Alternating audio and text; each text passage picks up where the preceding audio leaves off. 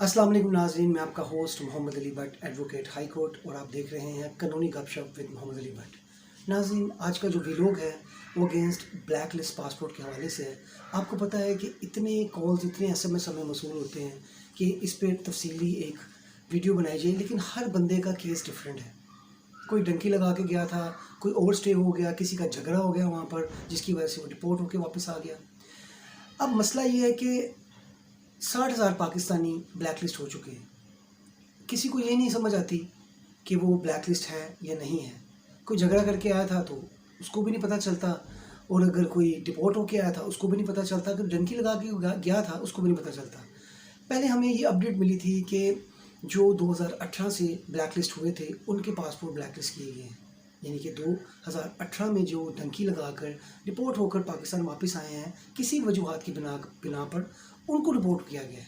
लेकिन हमारे पास तो ऐसे ऐसे केसेस मसूल हो रहे हैं जो अभी हमने रिट भी किया है हाई कोर्ट ने, कि 2013-2014 में भी जो लोग कभी डिपोर्ट हुए थे या ओवर स्टे की वजह से उनका पासपोर्ट ब्लैक लिस्ट में गया है तो वो उनको भी ब्लैक लिस्ट में शामिल कर दिया गया है। यही बताने का मकसद आपको ये है कि 60,000 पाकिस्तानी ब्लैक लिस्ट है, उनमें कौन है कौन नहीं है कुछ नहीं पता। इसका तरीक़ेकार मैं अपने बेशुमार वीलॉग्स में बता चुका हूँ। बराए मेहरबानी आप इसको दोबारा बताने का मकसद इसलिए होता है कि जो फ़ोन करता है, जो व्हाट्सअप करता है, वो यही पूछता है कि क्या तरीक़ेकार है। तरीक़ेकार हमने बता दिया है। तरीक़ेकार ये है कि आप हमें अपने पासपोर्ट की एक क्लियर पिक्चर व्हाट्सअप करें, ID card back and front clear picture WhatsApp करें, इसके साथ एक एप्लीकेशन तैयार करेंगे हम एज ए लॉयर, उसके साथ एक वकालतनामा या अपना बार का कार्ड लगा के हम हाई कोर्ट्स में सबमिट कर देंगे। इसकी नॉमिनल सी फ़ीस जमा करवा कर 1 या 2 दिन जो वर्किंग डेज़ होते हैं उसमें आपका डाटा हमें क्लियरली मिल जाता है कि ये बंदा ब्लैक लिस्ट है या नहीं। मज़ीद मैं इसमें ये बताता चलूँ कि अगर कोई ब्लैक लिस्ट हो, अगर उसका नाम ECL में हो, तो फिर एक सर्टिफिकेट इशू कर दिया जाता है जिसकी बिना पर हम हाई कोर्ट में रिट करते हैं। वो हाई कोर्ट से ही निकलवाते हैं, हम वहीं के पासपोर्ट ऑफिस से या फिर वहीं के इदारे से निकलवाते हैं, ताकि जो रिट करने का मकसद होता है वो ये होता है कि ये जो डॉक्यूमेंट्स हमें सर्टिफिकेट मिला है ब्लैक पासपोर्ट का कि ये पासपोर्ट ब्लैक लिस्ट हो चुका है, इसी की बेस पे तो हमें रिट करनी होती है, इसीलिए वो हमारे लिए बहुत करामद होता है। तो नाज़रीन, ये तो बात होगी कि आप अगर ब्लैक लिस्ट हैं तो आपको पता कैसे करवाना है। बार बार आप पूछेंगे, मैं बार बार बता दूंगा, इससे चीज़ें चेंज नहीं होना यही है। ठीक हो गया मेरे भाई। दूसरी बात मैं ये बताता चलूँ कि मुख्तलिफ सवाल आते हैं कि जी हम वीज़ा लगवा लें, उसके बाद ब्लैक लिस्ट से हमें ख़ारिज करवाना चाहिए या पहले। देखें, इसमें डिफरेंट सिनेरियो हैं। मिसाल के तौर पे एक बंदे का पासपोर्ट एक्सपायर्ड नहीं है, जिससे आप वीज़ा लगवा रहे हैं, जिस मुल्क का वीज़ा लगवा रहे हैं उसको इस चीज़ का नहीं पता कि आपका पासपोर्ट ब्लैक लिस्ट है या नहीं, क्योंकि वो तो आपको भी नहीं पता।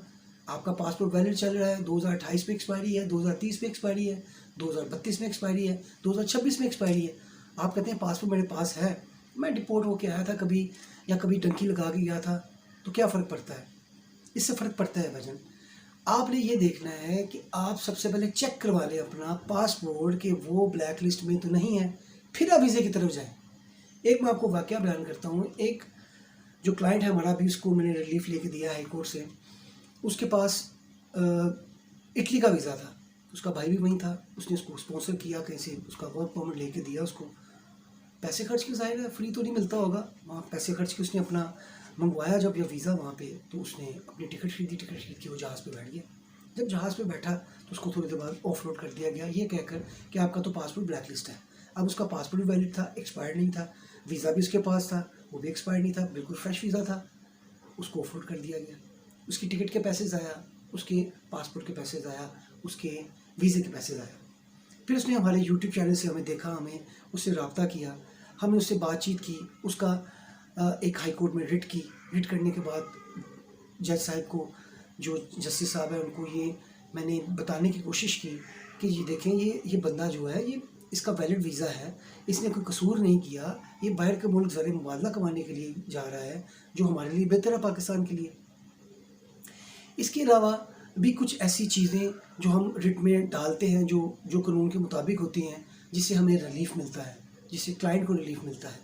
تو ناظرین بتانے کا مقصد آپ کو یہ ہے کہ ہمیں کوشش یہ کرنی ہے کہ سب سے پہلے اپنے آپ کو چیک کروا لیں کہ ہم بلیک لسٹ میں تو نہیں ہیں.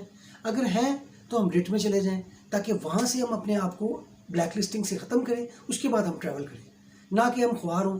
یہ بہت زیادہ پریشانی ہے, لوگوں کو راتوں کو نیند نہیں آتی, کئی تو بیمار ہو جاتے ہیں کہ ہمارا ویزا لگا ہوا ہمیں آف لوڈ کر دیا گیا. لہٰذا آپ خدارہ اپنے پاسپورٹ کو چیک کروائیں, چیک کروانے کے بعد آپ ٹریولنگ کے لیے تیار ہوں.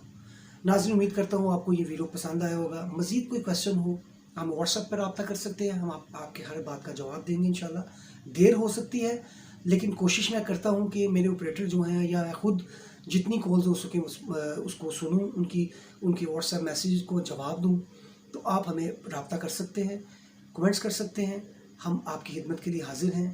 اور برائے مہربانی ایجنٹس کے ہتھے مت چڑھیں, برائے مہربانی ایجنٹس کے ہتھے مت چڑھیں, قانونی راستہ اختیار کریں. بہت بہت شکریہ. قانونی گپ ship with Muhammad Ali but کو اجازت دیجیے.